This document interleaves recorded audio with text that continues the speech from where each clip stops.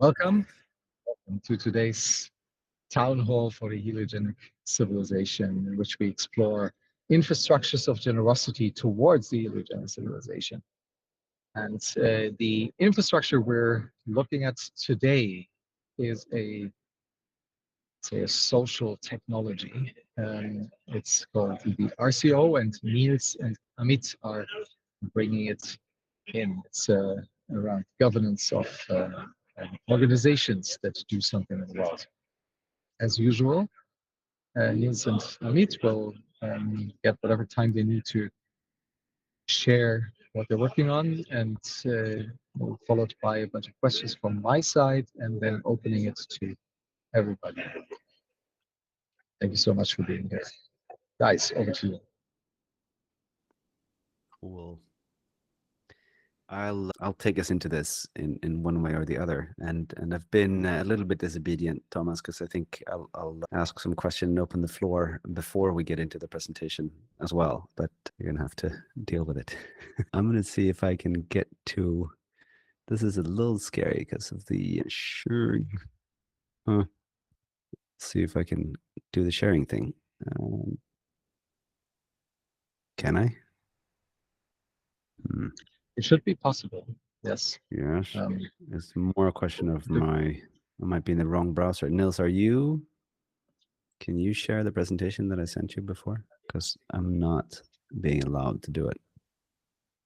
Sure, give me a second. I'll bring it up. Check it.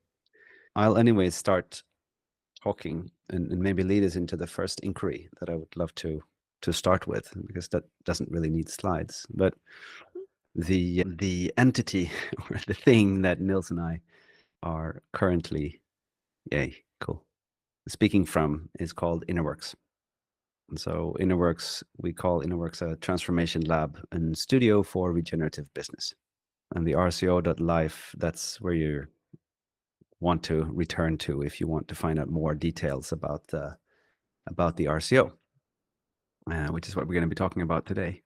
And the overall structure of what I was thinking for today was we'll have a little bit of an inquiry just to kind of check in with ourselves and see where we are with terms of like a relationship to business or a relationship to work, maybe. And then we'll present this idea. And I'm not going to get very deep into the weeds, but I'll get enough into the weeds that we can get a feeling for the type of thinking that we've been doing with the RCO. And it is a novel organizational structure, but it pulls from thinking that's out there. I mean, I'm sure you're aware of like B Corps on the very sort of adapted side, but then also like Purpose Foundation's work that they've been doing. And also like you have Fair Trace Commons, and there's like all of these like innovations going on in this space of organizational structures. And this is another contribution in that ecology, so to say. And if you go to the next question, the next one, Nils, I think you might be on the last slide. I'm worried about that, but we'll find out. Yep. Jump to forward. Okay. Now there we go.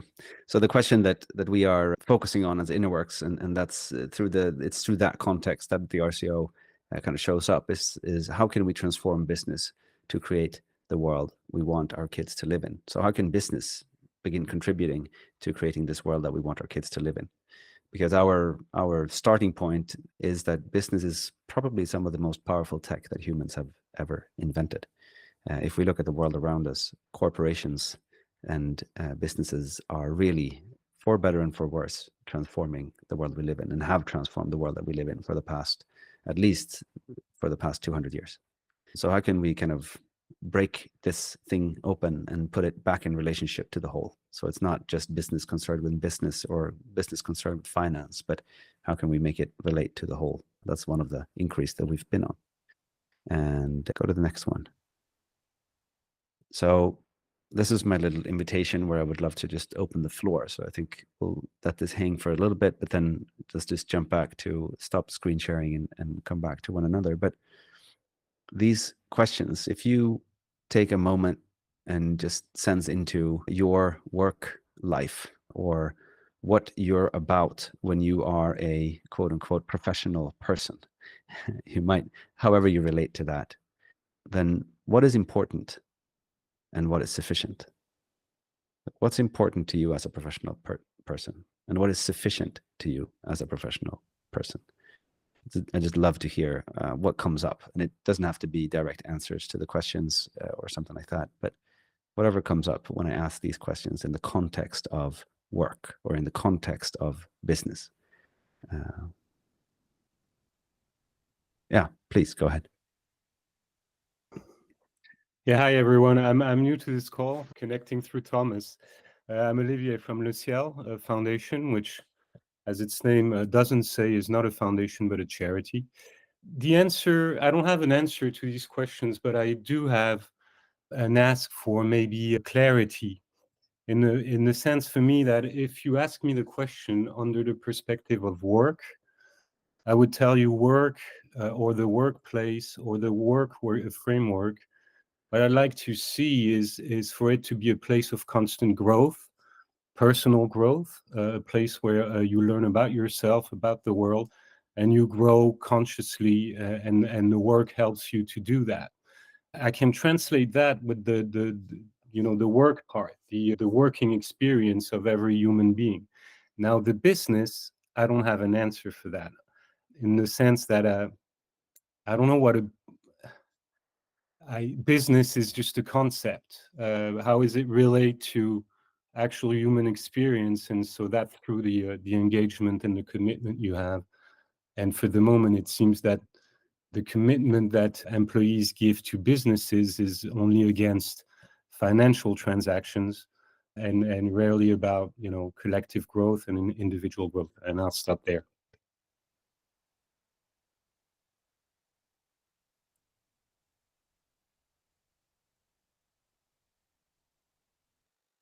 Thank you.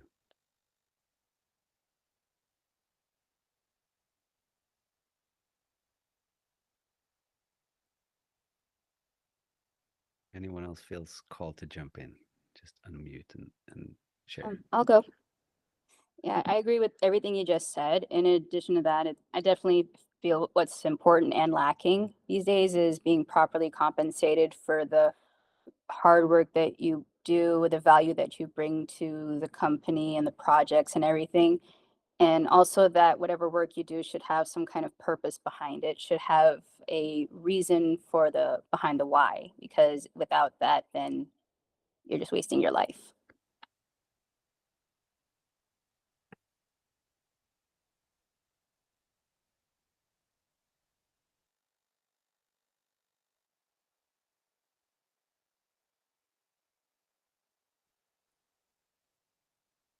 Do like one more voice and then we'll proceed into take you deeper.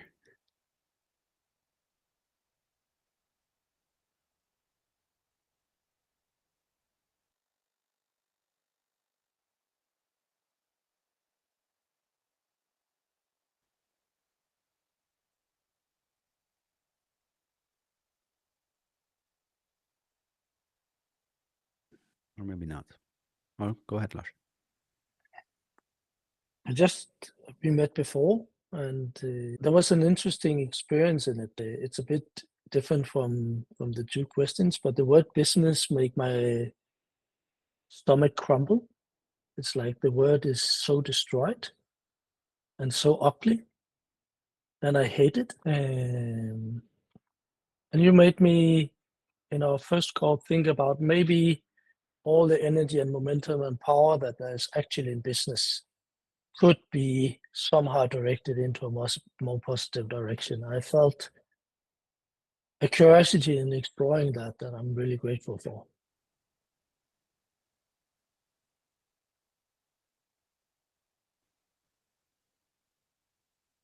Wonderful. Yeah, I think at this point, it's just an invitation to notice these differences and what these words stir. And that was one of the questions that sparked, I think, our exploration. And I'm speaking for us both, Nils, but I'll hand it over to you in a minute. But like this like sensing into like, what is it about? Like, what is business about? What is work about? Like, why do I engage in this sort of creativity, because there's a cost to it. It takes me away from my family. It takes me away from things that I love to do as well. And yet for some reason I keep returning, you know, and how does that relate to and interact and create my identity and create me and create the society, you know, in an extension, of course. But Amit, I can take one more round of it to help Please. you understand it better. But I, through most of my life, have been to conferences because I had a breakthrough meeting the global reality quite early in my life because I was leader of like 5 million students in Europe. And what I've seen is that whenever we think something truly beautiful, like life should be the center of everything, and love should be the center, and nature, or there's so many good intentions out there, but then they are always put into the context of power and money and technology, and then all the good things disappear and are destroyed in the current system. It's like all the good intentions go into the mechanisms of the existing systems and get crushed and destroyed, right? And I'm really sick and tired of that process. But I like the idea of playing with the power that is in this system to transform it from within, which what I heard from our first conversations. How can we use it as a force for good? And I think that's a really invigorating thought. I like that thought. thank you, Olivier.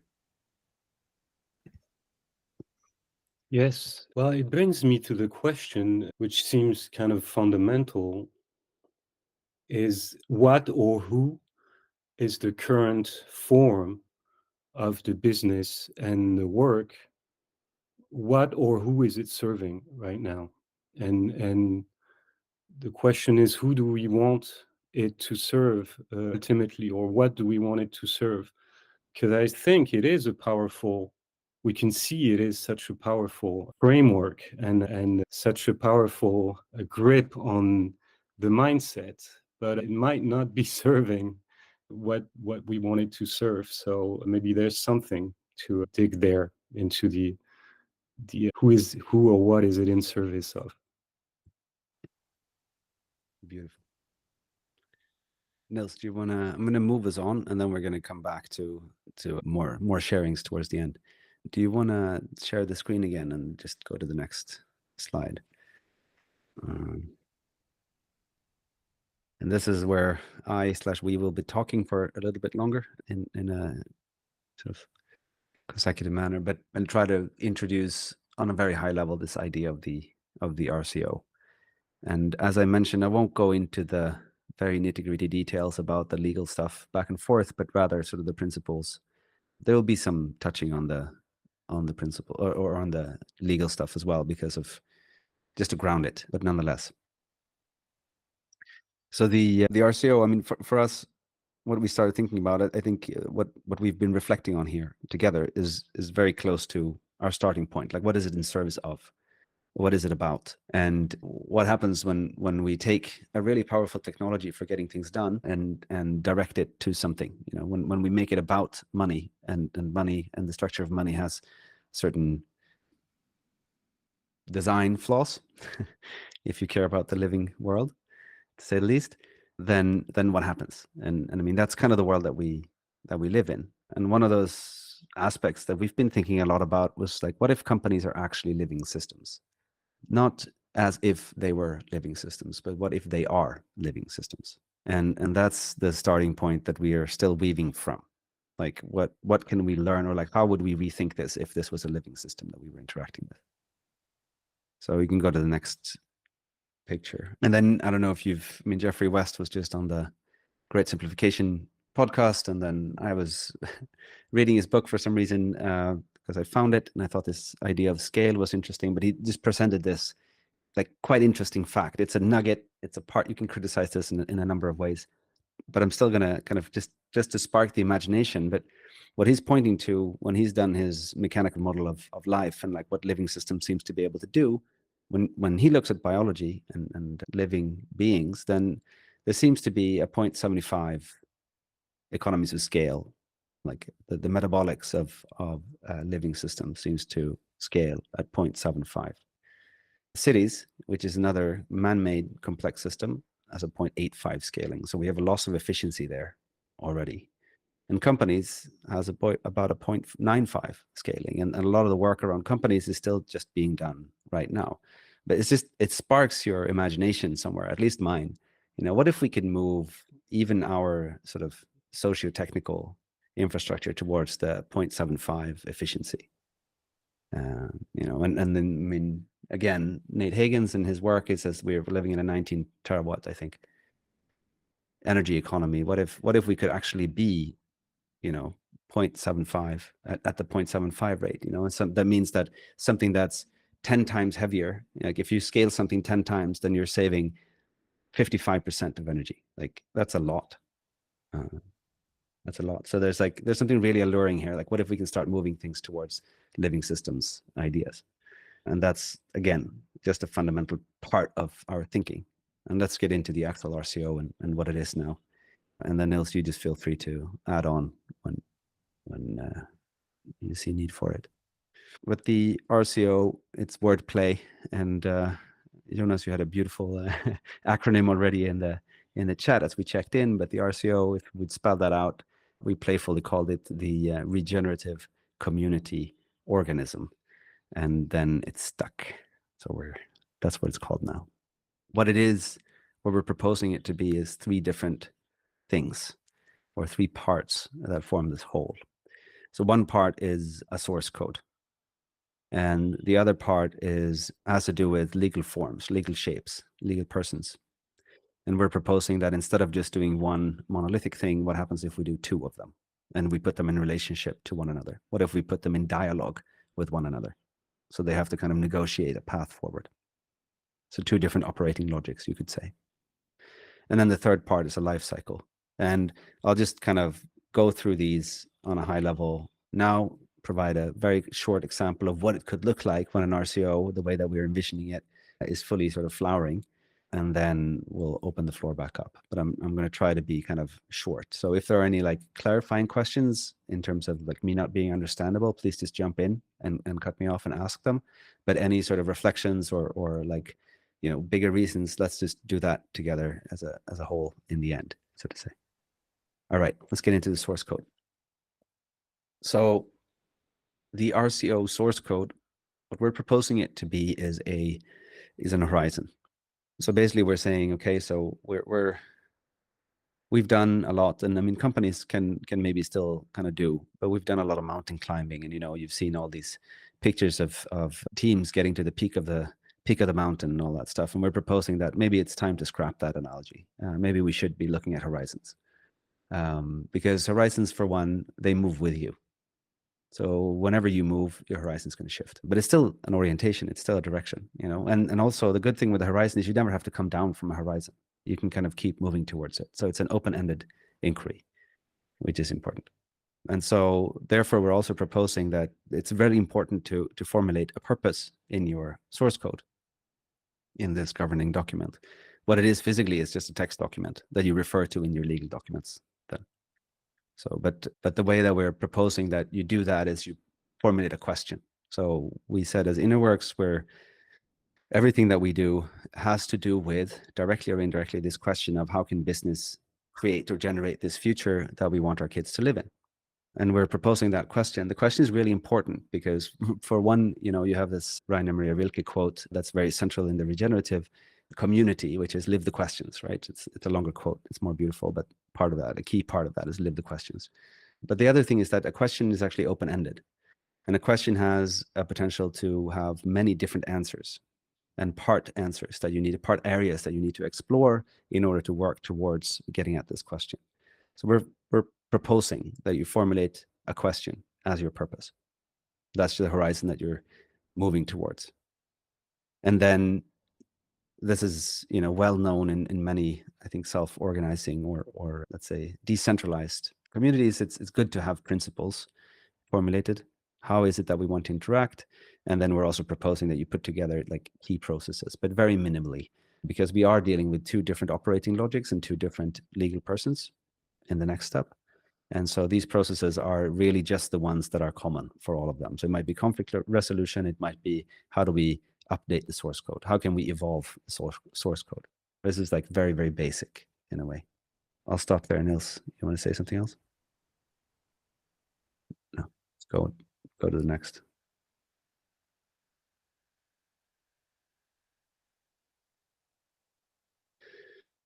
And then we come into the next layer, so to say, of the RCO. And I mean, you're going to be able to see here as well, if you're kind of oriented towards geometry and so forth, this is like a nice little triangle. And so you're creating a field here between the source code and then these two entities. And we're proposing that instead of just forming a company, a limited company, we're proposing that you balance that with an association right next to it. And one way of saying this is that these two things have different operating logics. There are certain things that we are used to doing in limited companies, and how our institutions, taxes, and governments and so forth interact with limited companies are geared towards profit. It's geared towards sort of a parts view, like a reductionist type approach to the world. It's geared towards something that has to do with projects.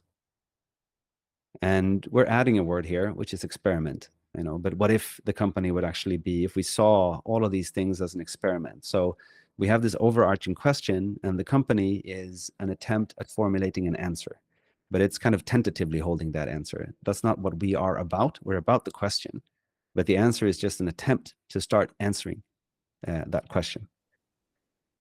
And in the RCO, we're going to come back to that later. You can connect multiple companies to the one association, so to say. But the company here, we're really using it for what it's really good at, which is profit, focusing on parts, like taking things apart, doing that very focused, really exploring something, really sort of project-oriented. Let's go get this thing done.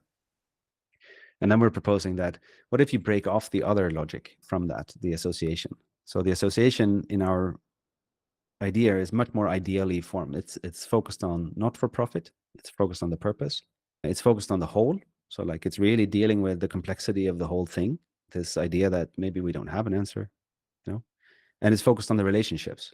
So it's relationally focused. So in another way of saying it, if I use sort of Ian McGilchrist's terminology, then we're saying that, okay, so we have a left hemisphere, which is the limited company, and we have a right hemisphere, which is the association. And then we're doing opponent processing between these two. We connect them in a way that they have to keep negotiating with one another. So it's not about only the association's logic or only the limited company's logic, but rather they negotiate with one another. And what is the nature of that negotiation? Well, that's the second part of this slide. So the nature of the connection. So the association is hired by the limited company, you could say, and it's offered 10% of preferred shares. And these shares make it a part of the shareholder agreement, SHA, shareholder agreement, which is a very important document. It offers transparency into the legal sort of dealings of the company, because all of a sudden you have an association as an owner.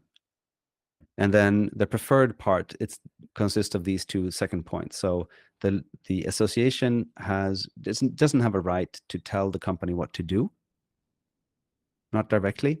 But the association does have a right to veto a change in purpose from the company. The company came and said, please help us fulfill this purpose. And the association said, yes, okay, that purpose rhymes with what we're about to do. And so therefore, we will help you guard that. But if the company changes purpose, then maybe it's okay, maybe it's not okay. The association has a right to veto that. And the second thing that the association has a right to do is to veto new owners.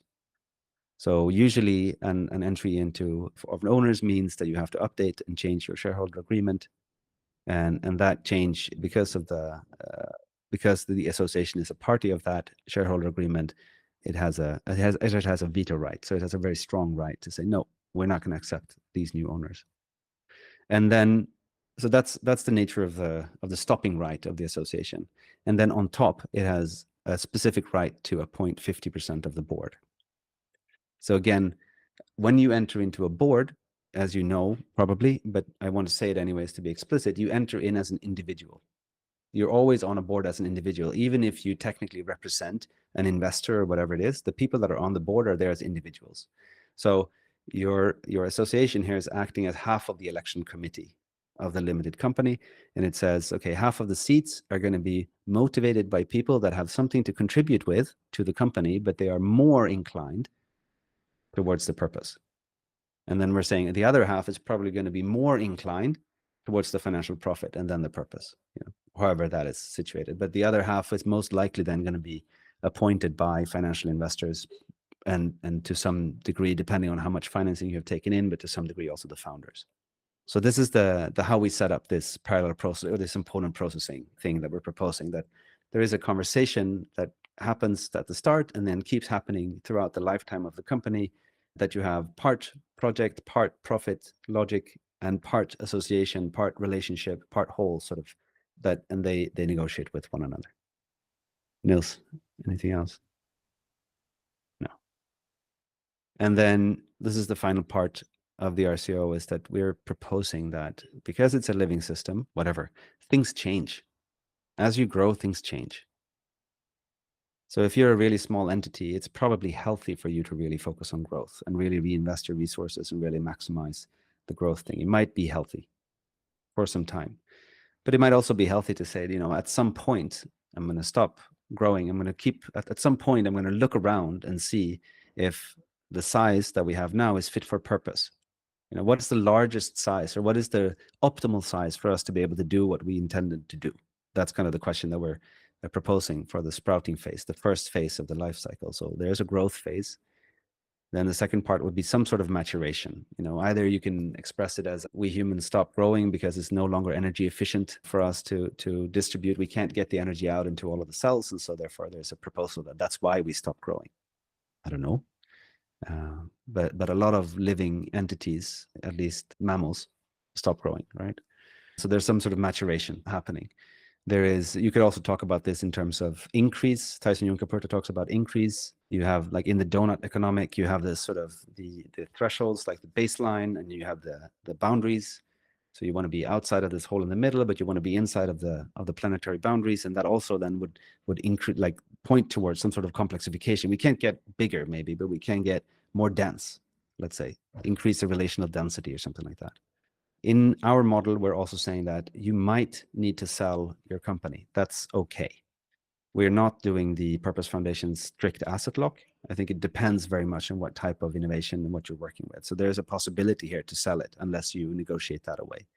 But there's a proposal for how you can sell it and make it live in a different home then, if you're taking the life analogy. And then we're also proposing some mechanisms for decay and death to happen, so that when you're no longer contextually relevant as a company, when you're no longer relevant to your purpose, when you're no longer relevant to your surroundings, you can die and you can refertilize the soil, if you will. So rather than continue growing, let's do the mycelial thing. Let's really feed the soil with nutrition. And so we're saying, let's start let's start at the beginning with intentional stages. Let's make a claim. We as founders want to grow to 50 million euros or 500 million euros or 5 billion euros, you know, so that everybody knows what we're intending, what's enough in this life cycle, so to say. And then as you proceed, how are you intending to proceed? So that's also explicit. It can definitely be renegotiated as you move closer to that point, but that's a good thing. And that's also a way of having an interesting discussion with your financiers, because then you sit down and you have to tell them, they say, okay, we want to fund you, we think it's interesting. And then you say, okay, but how much return is enough return? This is what we're aiming for. And then you can have a discussion about how much return you think you'll be able to do without really starting to extract the system, so to say. So those are the three parts. And then I think, I can't remember what I put on the next one, but I put something.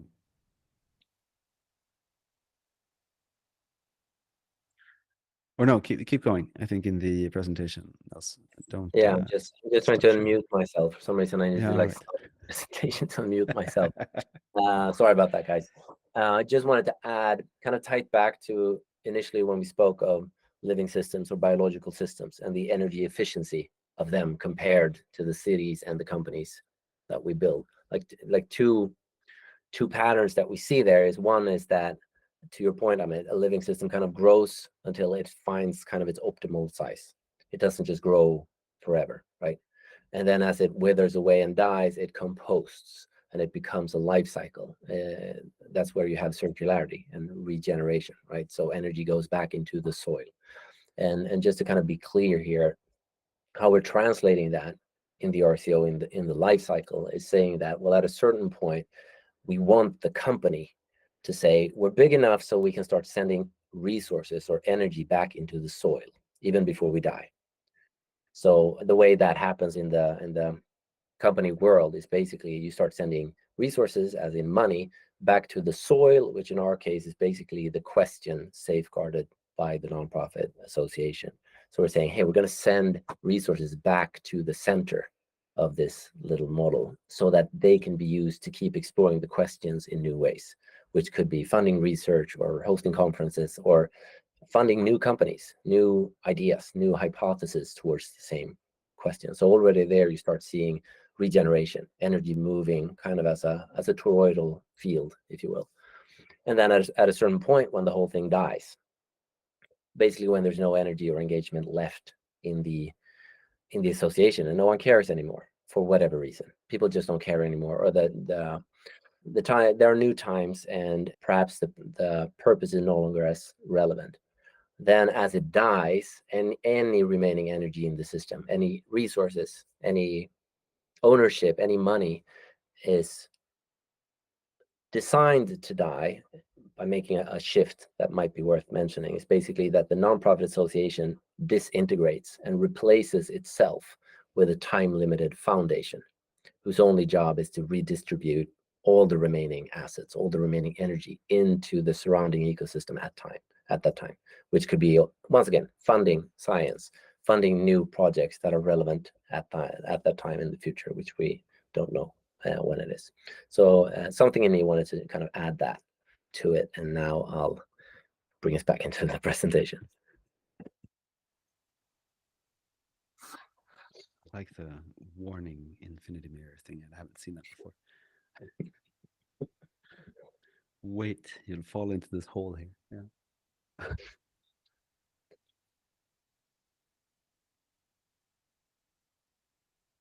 I can't see. I'm still seeing just. Are you sharing, or is it? Are you still seeing just infinity? Yes. I'll just stop sharing and I'll reshare. Cool. We were still in the infinite universe. Sorry about that. I'll bring us back to three-dimensional normal world. Is that better? Yes, thank you. And so just to wrap it up, and there are just a few more sentences that wants to be said here. But the RCO, as it's modular and it's quite adaptive. So one of the things, and you'll see it on the next image as well, is that you can actually connect multiple companies to the same purpose. Kind of start building a sort of a dialectic thing, and then you can add more legs, add more wheels to your whatever you want to call that organism. Then it is quite well suited for purpose tokenization. I mean, we've of course been very excitingly following a lot of the stuff that's happening in DAOs and in crypto world or blockchain world. And so there's you can definitely operationalize it using a tech layer, a lot of these things for sure, depending on the scale. We're kind of, necessity is a bit of our goddess. And so we're kind of working with, at the scale that we're operating at the moment, there's no need for a tech layer. And we believe that unless we need to have the tech, then let's not waste energy towards tech, but rather let's do the human thing really well first. And then we can protocol. I don't know if protocolize is a word, but make a protocol after that. And it is adaptable to different jurisdictions because we've established one in Sweden, and there we've had the discussions with the authorities there. But given that you have the B Corp as a let's say predicate for it's a similar type of addition that we've done in the legal documents. So as long as you have B Corps in a jurisdiction, you should be able to also do the RCO. But and also sort of non-profit associations are available in most jurisdictions. The jurisdiction that's the most complicated is, of course, the US, or not of course, but it is the US because of the different forms that are there. So that there I have not enough knowledge to be constructively advise anyone, but in terms of Europe and Germanic law and also some of the British stuff, we have some ideas. So let's go to the last slide. So this is kind of how we imagine that it could look like once we've come some way down the road. You have the association in the middle that's centered around a question, and then you have all of these hypotheses that you are working off of, and the association owns 10% in each of these companies. And it's the work that it does is to act as this committee, and it also is an owner. It's an active owner at that 10% level.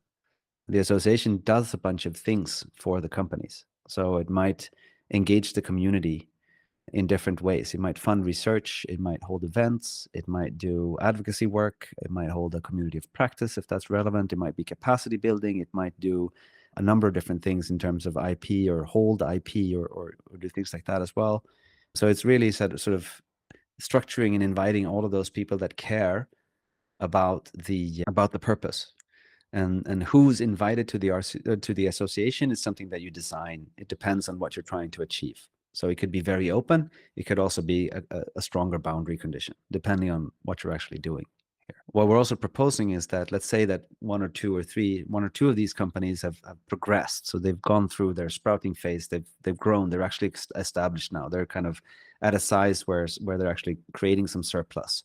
And then there's a mechanism for creating an investment company under the association to kind of start generating resources towards the purpose, like Nils was saying, or towards this question that we're trying to fund. And this is very much based on, if you've been following the Grameen Bank, especially the third version and iteration of that with the self-help groups, where the community is starting to generate funds for itself, like the surplus value that the community has that's above, let's say, market returns, above the interest rates. We could, it'd be great to figure out the money returns thing, but we're not there yet. But so any above market returns, we're putting to a common pot. So it's like a mutuality thing. And this mutual pool can then be used based on the community that we have. So based on social mechanisms, we can distribute it. So we can more cheaply distribute it to valuable community members that need funding. So there's a different way of us to we don't have to do the selection thing. We don't have to do the technical thing, but we can actually start generating knowledge about the people and the peers that are in this group, and then we can eventually fund them when we have the funds for that.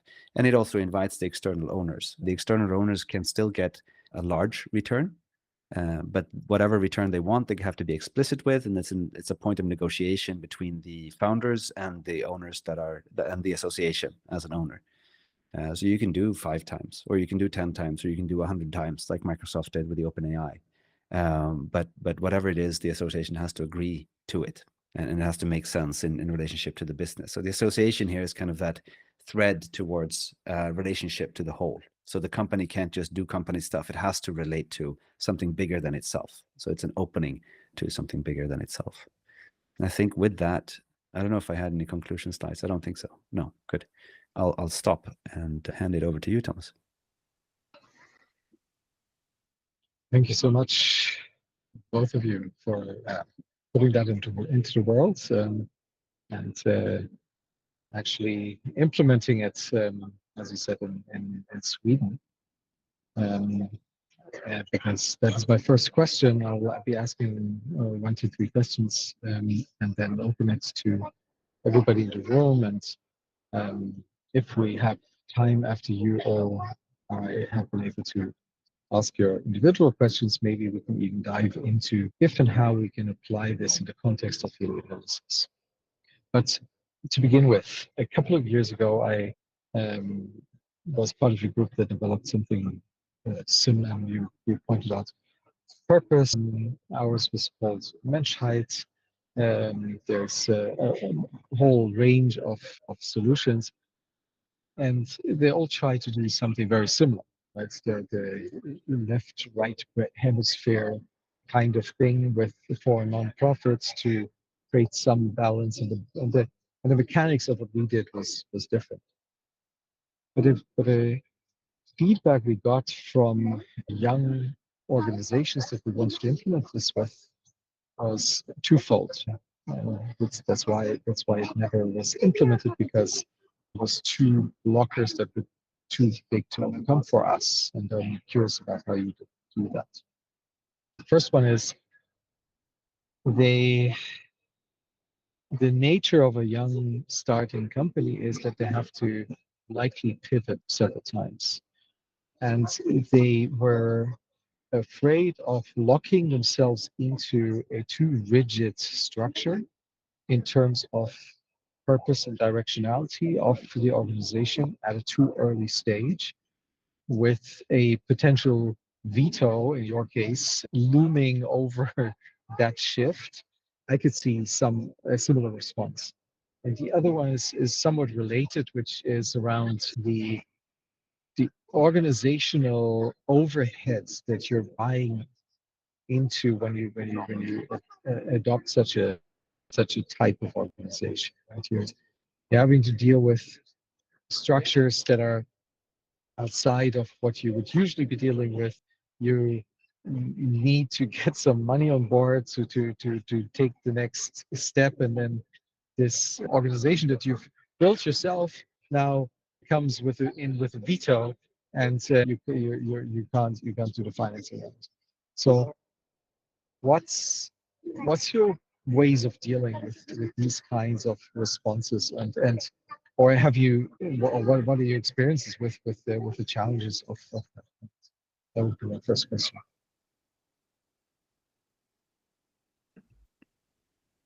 Do you want to start, or should I start? No. Let's see. Great questions. Really relevant. Let's see what kind of just swirls through me. The two things that, and this refers more to the first question, is that in doing this ourselves, our own personal experience has been very much that it becomes very personal. Like you really have to do work when it comes to defining your purpose and make sure that it's truly connected to you. So that it does require quite, it requires focus, and for the individual founder or the team of founders to really go into themselves and look at why are we actually doing this? What is actually the underlying purpose, and kind of keep going so deep into it until you can't go any deeper, in a sense. And what seems to happen there is that you find a purpose that is not too specific. So my purpose is not build the best AI app in the world. I don't believe that can be anybody's purpose, really. There are deeper layers. That might be an expression of it, right? But it's not the core purpose. So there's a process that the RCO invites you to go through in order to even be able to set up an RCO. So there's a connection to kind of the personal journey there that it wasn't by design. We just realized that's how it happened for us, and that's how we're also supporting others through it now. And then also now with our suggestion, which is not a must, but the suggestion to keep the purpose in the form of a question, it kind of helps with that as well. So as long as you can formulate a question that you feel is truly relevant for you, that you really care deeply about, and you probably will keep caring about for at least another year or so, and then the purpose, you won't have to change it just because your hypothesis changes along the way, right? Just because you pivot what the actual product or service or the thing that is meant to generate money and answer the question is. So just by having that little design feature seems to be avoiding that risk.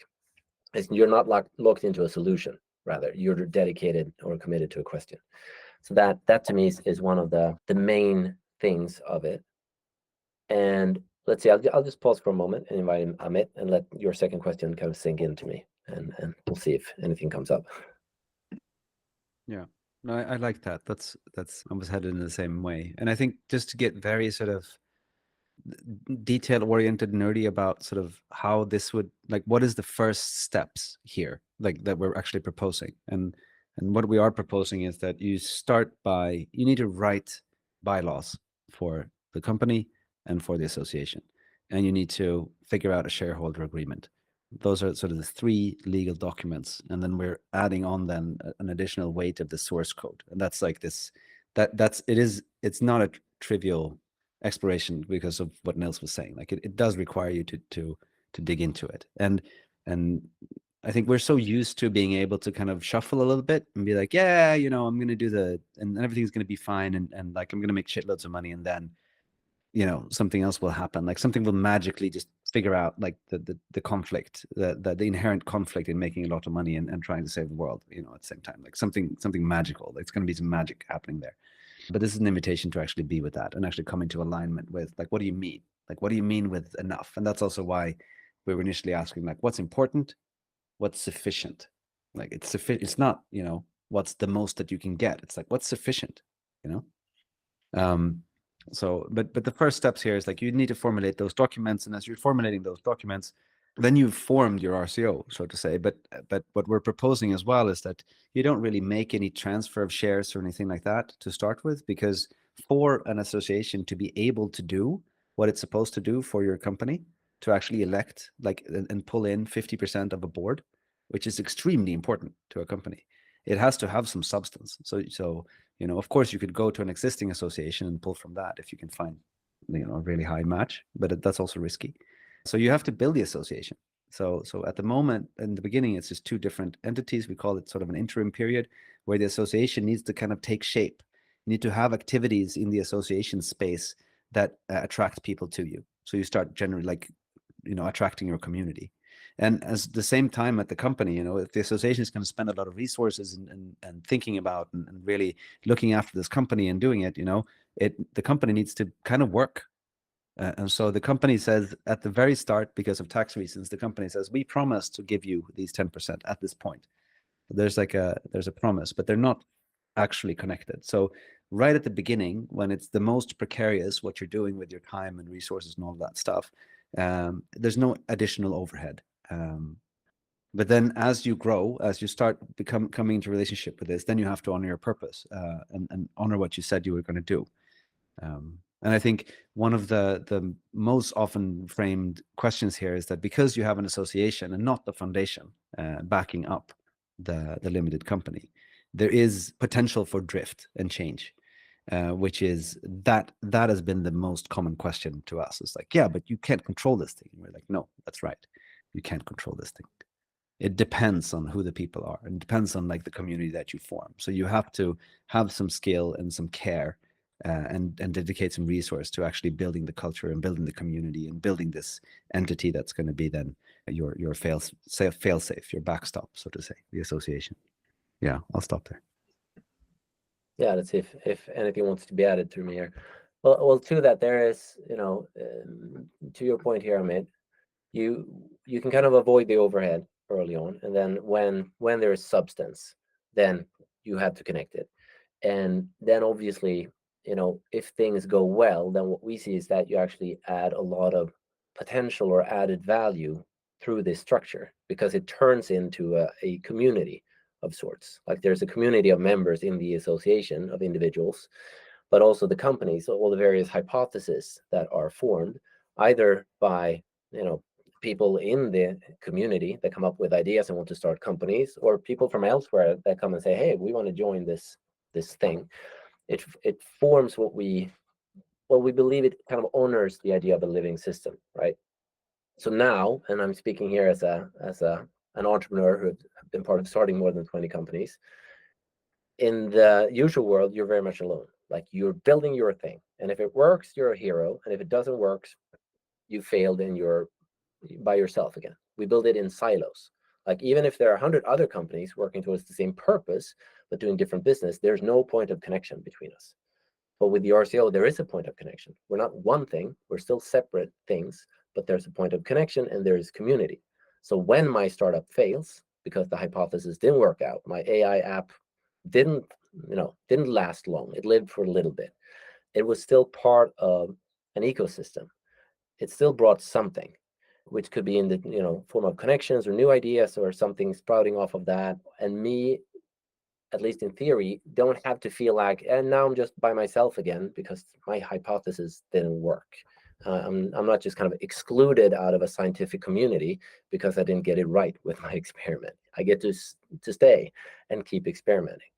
And that's kind of another perspective on this, to allow that to happen, that we can keep exploring and experimenting. And if something works, it will fund a lot of the other experiments and over time kind of allow it to grow.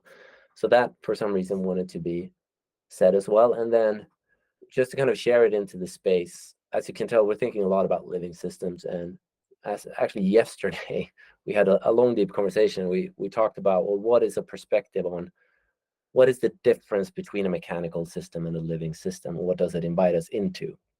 And one perspective could be that, well, in a living system, nobody is in control. Like you cannot control it. You have to surrender your idea of being in control in the living system because you are not in control. Like that one plant on the meadow is not controlling the meadow. No one really is. It's an emergent system. And with this, RCO model, it kind of invites us to that, to kind of let go a bit of that idea of control. Like we can't control the whole thing, but we can create scaffolding for it. And then we kind of have to trust humans in a sense. We can't take ourselves out of the equation. And that's perhaps the second part of a living system, is that you are not disconnected. We're not separated. Everything impacts and influences everything. So when I build my own company in a silo, I often believe that I'm just separate and I'm building this thing and it's my thing. And perhaps it's not fully connected to the rest of the world, while in essence it's connected to me and to you and to everything. So there's the idea of separation kind of goes out the door. And with the RCO, we're trying to honor that as well, that allow it to be connected and not in silos. And then nothing survives, ever. Nothing ever survives. We live and we die. And so does companies.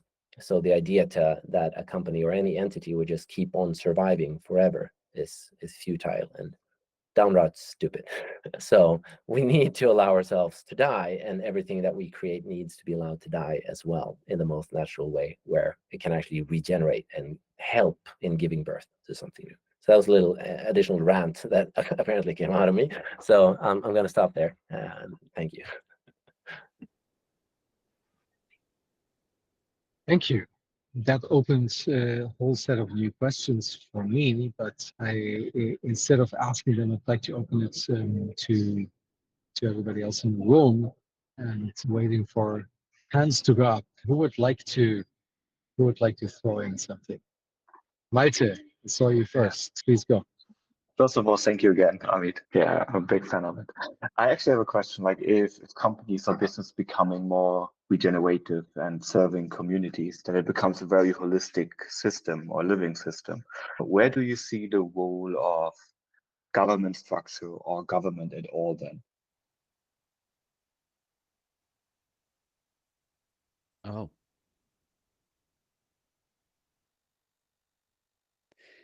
Okay, so I don't. This is a part answer too, but let's see if I. One of the things that we've found out, and I think at least it feels true. So, and my experience says that it's true. But it's like these different shapes that we take. I mean, there is a purpose to.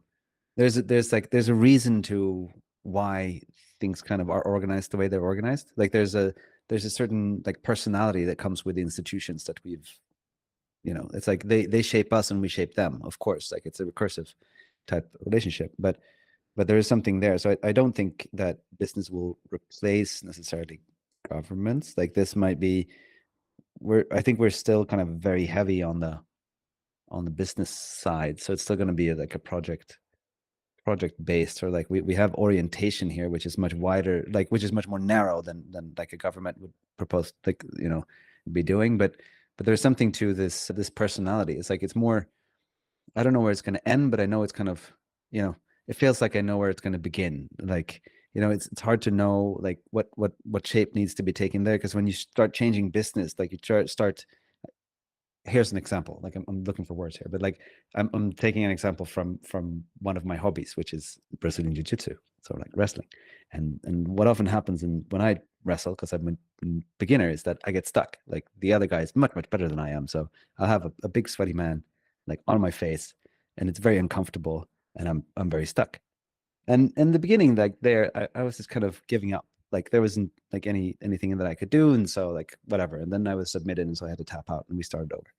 But then like now I'm getting annoying, like because now I'm like, okay, so I can't win, but I don't have to tap out necessarily. So like I'm starting to like realize like when I make like little macro movements, like the whole system changes. Like little micro movements, like the whole system changes. So I'll be like completely pinned to the floor, but I'll be like wiggling around. So you can't really get me to submit either. And so, and like surprisingly, when I do that, eventually, like every now and then I'll get loose. Like I'll come off. Like like something will shift. Like something very unexpected. It doesn't really make any sense because he should have been able to hold me there. But like all of a sudden, like something shifts. And so I think it's like we're in that type of thing. I don't think there is a path between here and no governments. I think that's a much bigger question. I think governments are really, really important, and the whole important of sort of accountability and directing things and so forth. There are infrastructure that is used for that. But I think what's important right now for companies to do, given the power that they have, and given this sort of unique position that it has to direct and operate on like the resources, like in terms of tax and in terms of like these other institutions that we're also dealing with, that's informing us, is that it has to in some way come into relationship with the whole, or something bigger than itself. You know, it has to, so we have to break this idea that the financial system can be about the financial system, that it has no relationship to, like, that the abstraction is real, because to me it's just an abstraction. It's just, we're still dealing with biophysical reality at some point. So I'm proposing that, you know, we put the physical stuff at the highest level, and then everything else bleeds from there, at least for some time being, and then eventually it's probably gonna have to change again, right? Because of what happens then. So that's a really bad answer, I think, because it didn't really touch your question. But I can continue with the bad answer. Just to build on, just because when I'm listening to you, I see images, and I think that's kind of it. Like, we're working in the wiggle room in the current system, and it's kind of like the crack in the concrete where the dandelion grows up. I'm actually sensing, and I think it also, or to me, it goes into this perspective that perhaps we can't know, perhaps we can't understand, perhaps living systems are too complex and chaotic for us to ever understand. And when we box them in and turn them into something mechanical, we tend to fool ourselves. And instead of, I think what I'm saying here is I'm choosing the perspective that maybe we're not figuring anything out at all. Maybe we're not understanding things better and coming up with better ideas. Maybe it's just a natural process of concrete breaking and nature growing up through us. That, this is, I think it's all living systems, and living systems find a way to break. When something tries to box that living system in, it's eventually going to break out again. And perhaps that's what's happening. And what our current focus is, what has been, I should say, on organizational structures, like those boxes. Where is the wiggle room? Where can we plant seeds and allow it to grow into the living system that it is? And now we're increasingly getting curious about another aspect of it, which is accounting, business accounting. Where's the wiggle room in that? Is kind of a new potential horizon that we're starting to explore a little bit. And eventually down the line, we might find ourselves looking for wiggle room in governments, but we're not there yet. Our minds haven't gone there yet. We'll see if they ever go there or not. Also wasn't an answer, but wanted to be said. Thank you, Claudine. Please unmute yourself. Yeah, thank you. It's very interesting. I like this idea with the association and the 10% and all of that. But stepping back, and you were sort of going there for a moment now. At the beginning, you said, like the problem with the business is when it's all about making money, right? So I'm wondering, looking at that structure, it's like, what is it actually solving from a bigger picture perspective? Because I think we would agree that our problems are systemic. And when it comes to business, they are deeply embedded in our legal systems, limited liability, externalities. How do you see your structure that could contribute to shifting the system on this deeper level? That would be my one question. And actually, the other one was when you were talking then more on the detail than when you were talking about can't control, letting go, sort of this notion of when you are in the structure. Are sufficiently people at a level of consciousness where this is actually going to be realistic? Two excellent questions. Let's start with the first one. I mean, we don't know yet. In many ways, we don't know yet how this will behave on bigger scales. Like, we have one RCO in Sweden now, and it took us a while to get to where we are now, and it's still small, and there's a lot of interest, but it's mainly seeds being planted in a sense. But the way, at least I see, and Amit, feel free to add to this, that the RCO provides structure and support and some level of protection of purpose, is basically that I don't believe that most entrepreneurs or founders have money as their main driver. Some might, absolutely. But for most of us, and speaking for myself, that's not the main thing why I create companies. It's a nice add-on. It's great to make money as well, but I don't start the company because of the money. There's something else. I want to express something, or create something, or change something, or shift something somewhere in the world. But to your point, when I do that in a specific type of container that sits inside a specific type of culture and system, eventually, the more I get into that, if I get investors, if I start making money, if I get employees and so on, the system or the culture tends to kind of just engulf me and eat me up. And all of a sudden, now the money is the top priority. And I have to make my investors happy and so on. And I was working so hard, and 5 years into it, I don't even remember how I lost track of the purpose, but now I can't go back to it because I'm stuck in a structure. So the RCO helps with that, because of the source code document and how it actually protects purpose legally in all of the important legal documents in the company and in the nonprofit association. So it's partly there. It's in the legal writing. It's protected. It says that this is the main purpose, and it doesn't say money is the main purpose, because then you shouldn't use an RCO if that is your main purpose. And then because of the nonprofit association, it invites people into that.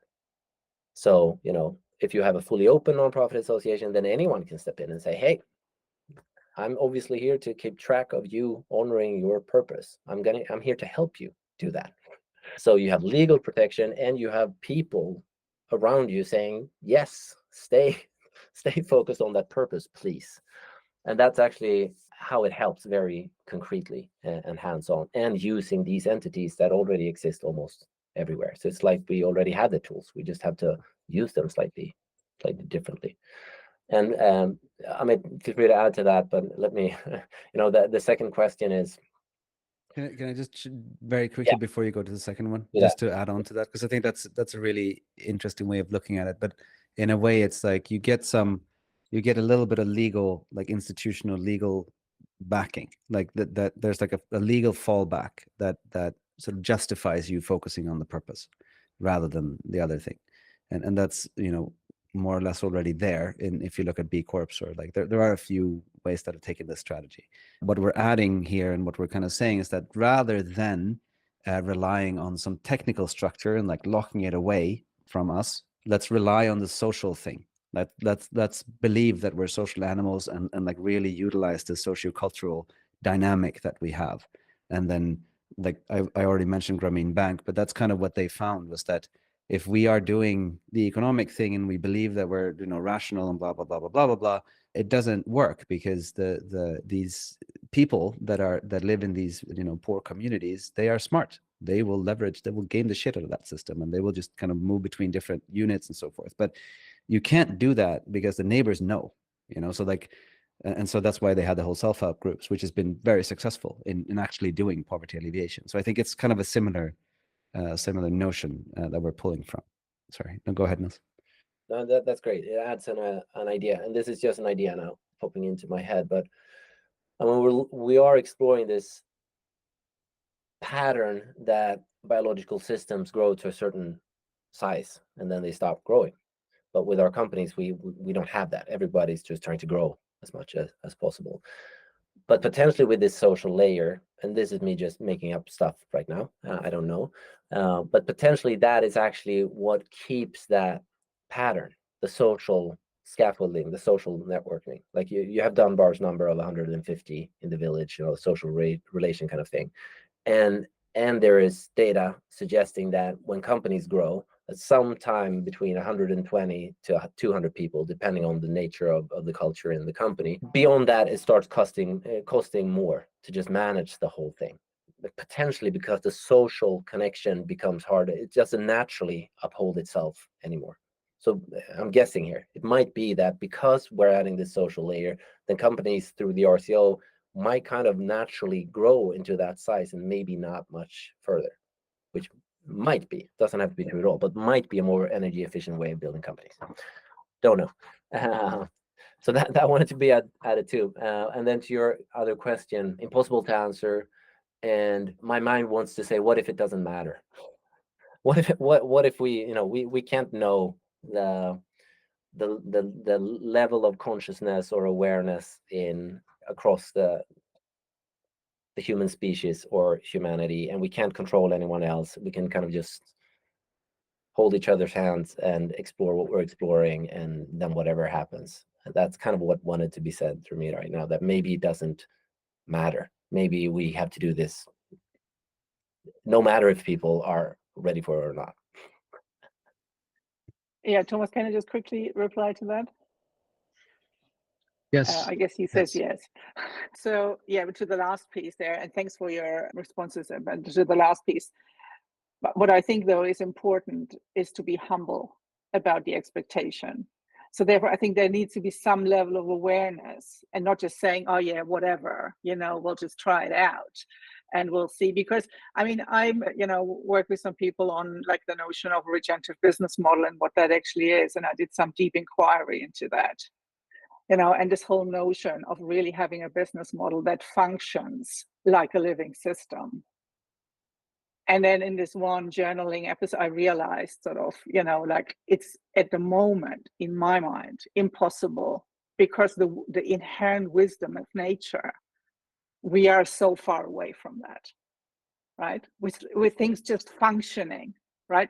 That is a level of wisdom that's just so far away from where I am, and I assume many others are. And I think it's important to be humble about that, right? And not just sort of like what I've seen in some DAOs. It's just sort of like ignored, and then we just try to squeeze it into a text structure and wonder why it all falls apart, right? So, and I think it's like you sort of said, like there's the human and the human thing. We don't focus on the tech, but on the human thing. So therefore, I think that's a very important aspect that needs to have a space in evolving the structure, to actually not lose sight of it.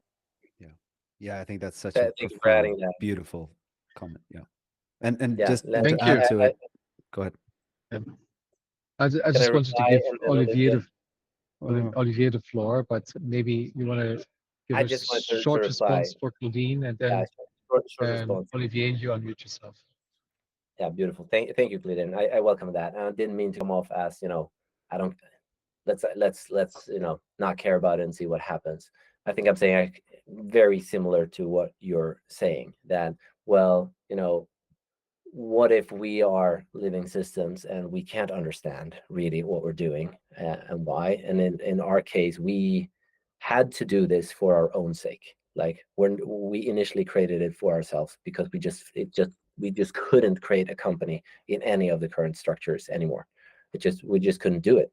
So it's coming from that place of like, I need this to be able to create more companies. And I have an entrepreneurial mind and heart. So I want to do that, but I have to do it in a way that feels true to me. But at the same time, not thinking that just because we are allowing this to emerge through us, that we have answers. This could very well just be preparing the soil for future generations, and they, nature will find a way through us and through future generations to make it work more like the rest of nature, to allow us to learn like the rest of nature has already learned, and to not believe that we actually have solutions. And I think that brings it back to why we're trying to honor questions and say, here's an idea, but it's not a solution. So thank you for allowing me to add that, and please, Olivia. Yeah, sure. No, I'm happy because it's actually I had the same kind of questions in mind, and because I think the presentation and the concept, the idea, I really think is a great idea. I really resonate with it. The first question that came to me is, wow, this is really human based. I mean, if you don't have the right mindset to actually pull this off and understand that you're all in service of a purpose, and that the business needs to actually work out and sell to reciprocate to the association. It's a whole mindset. It's very human based, and so that needs to be completely curated at the very foundation. And I think that's what Claudine is pointing to, and I'm seconding that. I think the framework needs it. You need to be in a certain mindset, and in that in the same perspective, we being in the consciousness side of things, and trying to really emulate not emulate, but engage communities behind, bigger than life purposes. There is a limit to that, and somehow to the amount of faith that people can be asked of a global purpose. And we find out that they need to have some kind of, give back at one point, or some impact at the personal level or at the living level, to actually engage them even more. And that what comes in mind when you talk about circularity, and when I see your model, is how can we put that in such a fractal way? Then, for example, the cycle of life applies to the company, but also to the employees, meaning they have sprouting, they grow within the company, and then they have a maturation which involves specific responsibilities or a specific role. And then where they used to go or be at the over 50, the age where you're really in fear of losing your job, well, that's when the company is going to reuse their skills and their competencies in a very different way, so that when they leave, they're not retired. They've actually shared their whole experience. So how can we include that circularity at every level so that people live it and are able to actually defend it at the bigger level without having to be in full faith and not really relating to it? So that was my contribution to really a great concept. Bravo. That's a beautiful contribution. That deeply resonates. There are so many things popping in me when you're saying that. So I'm just going to take that to heart and explore that, because that's fantastic. Thank you, Olivia. Thank you. Niels, would you like to unmute and ask a question? Yes, please. Can you hear me all right? Yeah, brilliant. Thank you for the presentation and for the discussion afterwards. What in a way kind of strikes my curiosity is to understand also, how does this kind of company create value? So what is in a way the value proposal that resonates to more biological strategies than mechanical and toxic strategies? Because that's in a way more, I find, at the root of the challenge in the company. Not only how you deal with money, if you're ending up with debts or with value, or that in a way is handed off to a foundation, and a foundation which then triggers in a way the who will be on the board. So can you in a way describe a little bit more about actually how you create value towards an ecosystem or towards customers that in a way allows this to develop more organically than the present strategy, which is like extracting resources and throwing back waste, which is the value proposal towards nature in most companies today?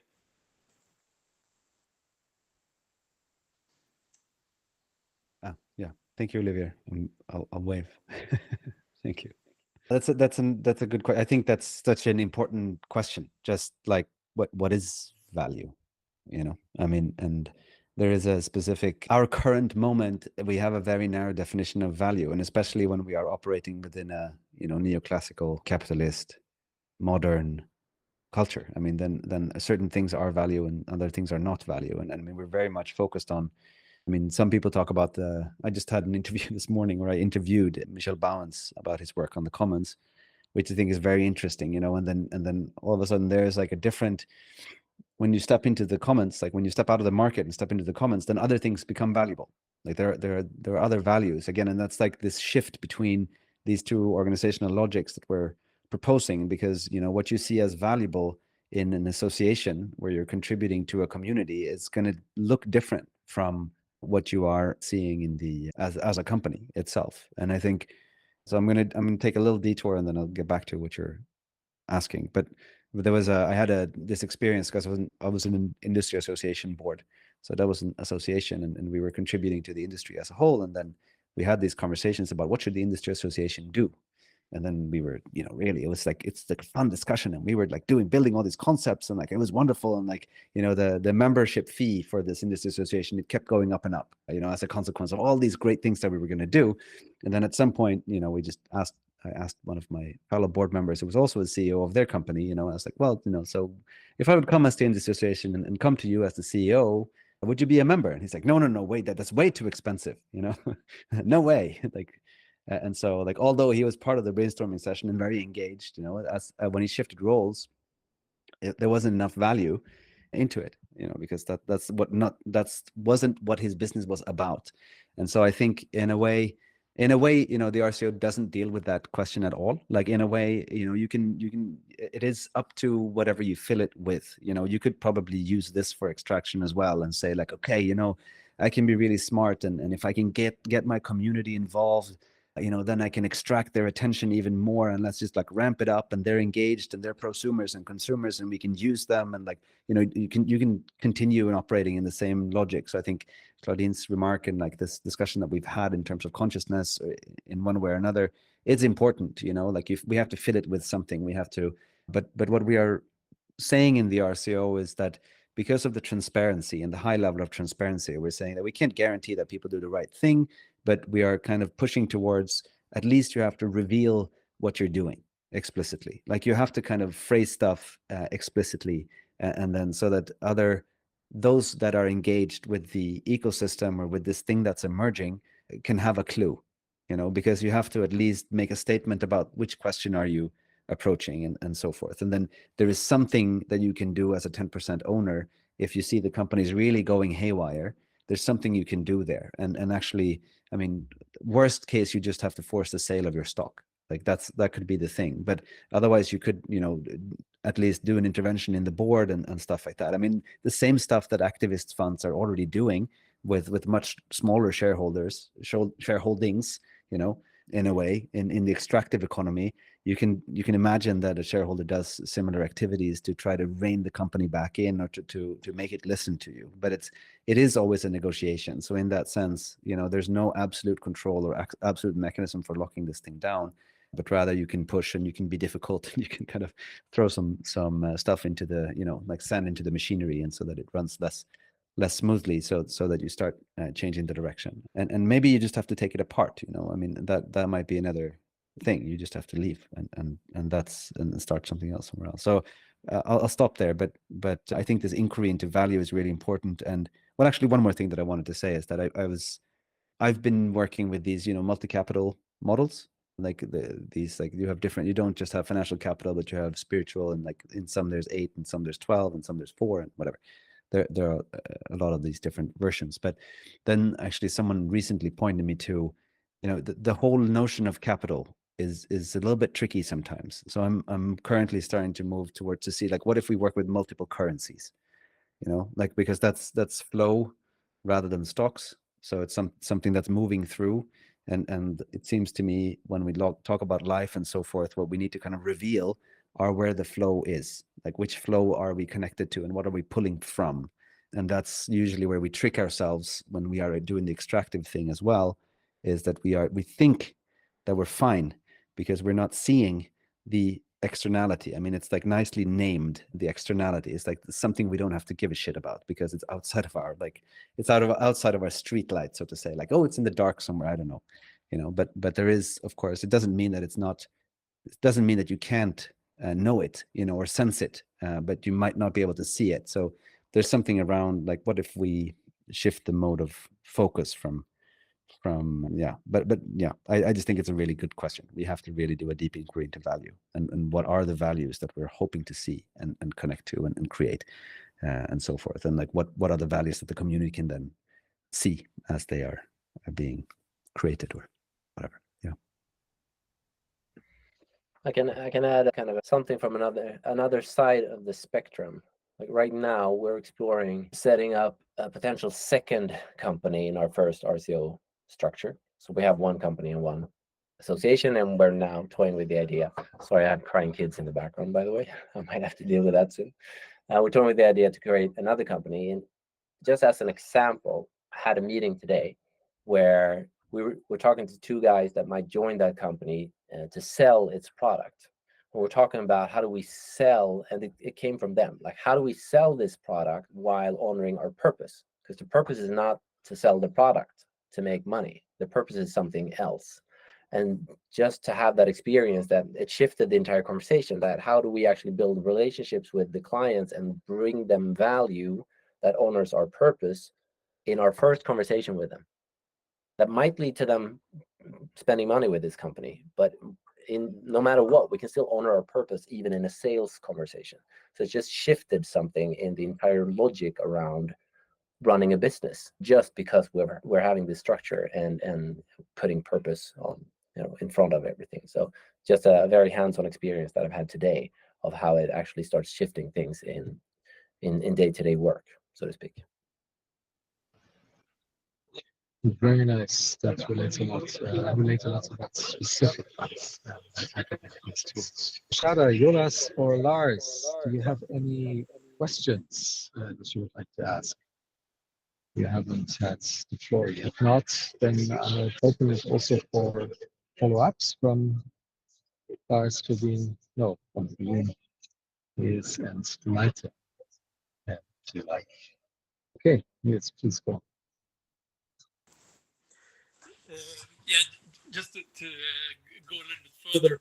I mean, if what you're selling in a business is toxic, then all the sales from that activity does not provide any value for nature. So in a way, selling it then, in spite of having a surplus that can go to a foundation, it doesn't work. But if you kind of say, I'm following some biological principles in both my use of material, my use of energy, my use of design, it's not necessarily bad to sell it, even if it creates a lot of profit. So I'm just, but it seems like a lot of people are more focused on, in a way, the challenges with money in itself than actually what it pays for and the value of what you're buying, besides the immediate kind of attention for customers' needs.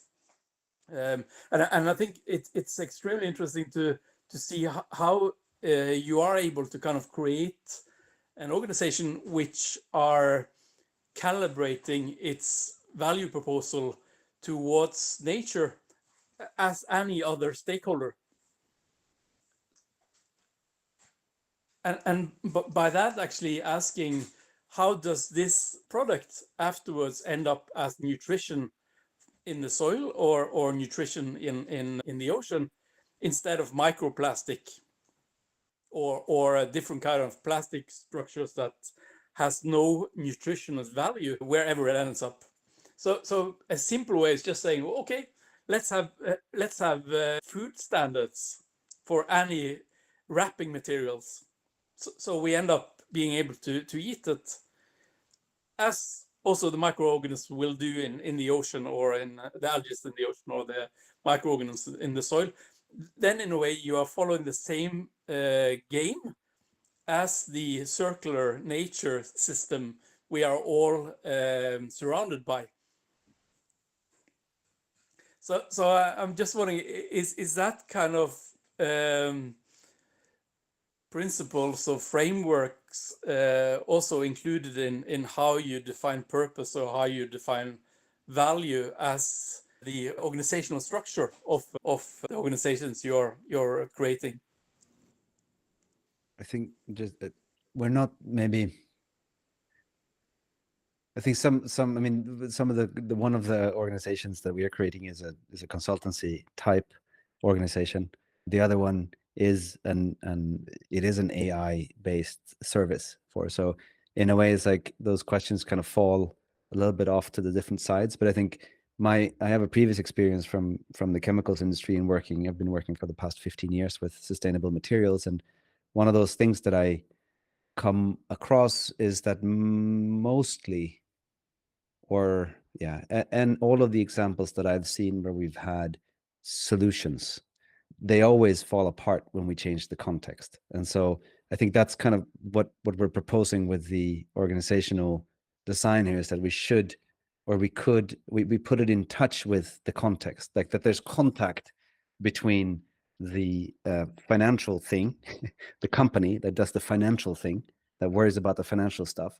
There's contact between that and the larger purpose. And so there is a space for, let's say, critique or like a larger view on the thing, and I don't think it's kind of the previous question from Claudine as well, with like the systems change aspect of this organizational model. Is like, is it the solution? And it's like, no, for sure not. But it is like, we're working with the components that are there. We don't need to do what Purpose Foundation is doing. For instance, we don't have to do, work the system to get a new organizational model through, or whatever. But like, we're creating, like, just saying like, okay, so hey guys, like, with everything that's existing, we can put it together differently, and all of a sudden something else is starting to happen here. So like this conversation with the sales guys, I mean, they're of course motivated by purpose, and so therefore they care about that, and so that's why they're talking to us. If they would be like the most hardcore sales guys, I don't know how that conversation would have been like happening, but nonetheless, it just puts the attention slightly different, and so there's a way that we can begin asking different questions. And so one of the people that I follow that I really like is Nora Bateson, and she talks about communication a lot, and she says communication isn't what's said or not said, it's what's possible to say. And the extension of that is like, who is it possible for me to be when I'm with you, and who is it possible for you to be when you're with me? And I think a lot of the stuff that we're doing in a business context is like exactly what you're saying. Is like a lot of the stuff, if you look at it really from like, if you bring all of your knowledge in, like even if you're not the expert, if you bring all of yourself in, you're like, this doesn't make any sense. Like, this is a shit product that shouldn't be made ever, But then when you put on your sales manager hat and you go to work in the morning, you're like, oh, I don't have to care about that. It's very convenient. I can compartmentalize that part of myself, so I don't have to take into account that I'm actually destroying the planet with everything that I'm selling. And then I can make myself feel better because we're doing really pretty, glossy presentations of the ESG reporting. And so we're netting things out, and on top of it, we're giving money away so that we can offset something or whatever, and so it's like, I think it is a lot of the invitation here. If you take the RCO and like the structure seriously, it is an invitation to come back into alignment. And so hopefully, as you think out your next brilliant idea to be, build an impact unicorn, you will be able to see that that's probably not a solution. That's probably also, you're also trapped somewhere. And like in the worst case, it's not worth doing at all. In the best case, it's worth doing for some size, in some relevant size, in some smaller size or something like that, in a particular context or in a particular design. And then you go ahead and do that, and then you can start building other stuff that might be contextually relevant as well. So it's like, it relates to this idea of the bioregional economy. It could relate to the idea of, I think, what Thomas has been talking about with the heliogenesis, like these types of building materials that are different. I mean, they're also going to be contextually important to consider because of like, what is the soil that we have here, and what is the type of climate, and what can be grown here at a decent enough rate, and what is the surplus value that we have in what are the PN balances and salts and all of that stuff that's in the soil, that we can, like, what are the types of crops that we can grow here versus so it's not going to be the same in Norway as in Africa or as in the US or whatever. And so it's that's the exploration, I would say, without having a dogmatic answer to it. Yeah.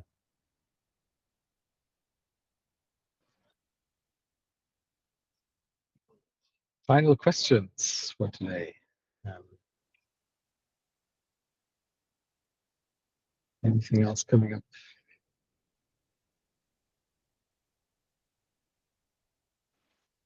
I just If there's want nothing- to say thank yeah, you, thank you. Yes. And yeah, I want to have more time with Amit because I already curious about RCO, and I think I have my 5 pillars who make it a great context on this one, but it takes longer than this couple of minutes, so I will wait until Amit invite me for that talk.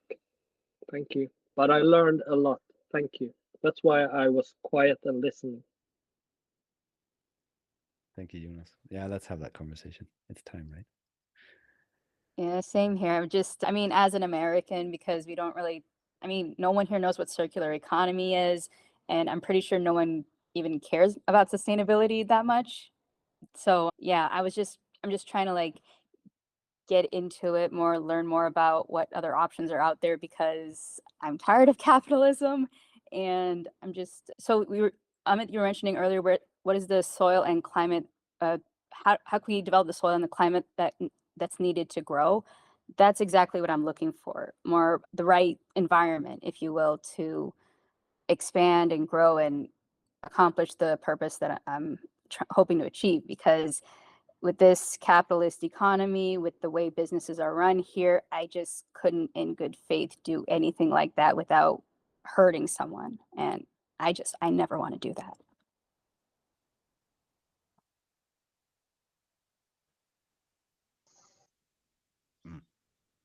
Thank you. Thank you.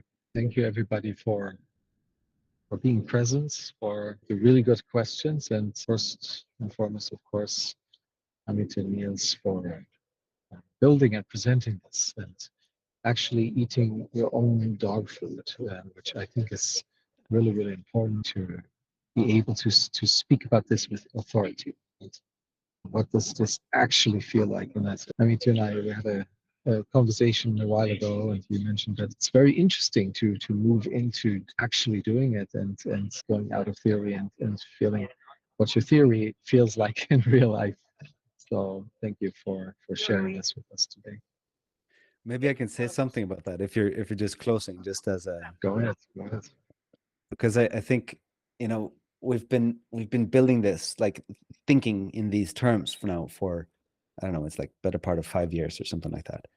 And now we're kind of finally, like all the organizations, everything is in place, and we're finally starting to move money through this thing, you know, and all of a sudden, like I'm like we're really doing this thing together. Like I don't have my own company on the side where I'm invoicing, you know, whatever consultancy thing that I'm doing and so forth. Like there's no, like we're really like doing the thing together, and it's like, it's interesting. I mean, I really trust Nils, and as soon as I started putting money towards this thing, it's like it was almost more, you know, excitement or like arousal or like, you know, fear in my system than when I proposed to my wife, like, because that's not an economic transaction. Like it's really interesting, like how money for me in my system, it holds so much. It's just something about the quality of money. Like it's so connected to survival. It's so connected to, you know, and you're doing that outside of your family unit and outside of your, it's really interesting. So I think I'll take a page from your book, Claudine, and like just stay, I'm like this whole humble, like to be humble with what it is, and to keep exploring and keep investigating and have the fortitude to keep looking at what's actually happening, what's actually moving, what is it, and be honest with it, you know, between the two of us. It's been really important. And now I get some assistance.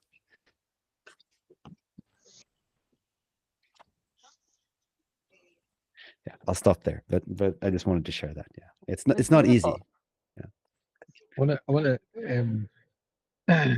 maybe build on this, because you mentioned or quoted even Rilke earlier, living the questions. I just spent a week with Daniel Wall, who you also know, who is a person who is living the questions. And he shared with me another poem by Rilke, which in the end contains the something, I'm going to butcher it now, of course, but something of the like, I'm going to love the little things until they become real. And so I think that's very important, that that's what you are doing with the RCO. So thank you very much, everybody, here to put that love into this thing for us. Okay, with that, I'm going to close today's session. Thank you so much. Thanks for the space, Thomas. Really appreciate it. Thank you.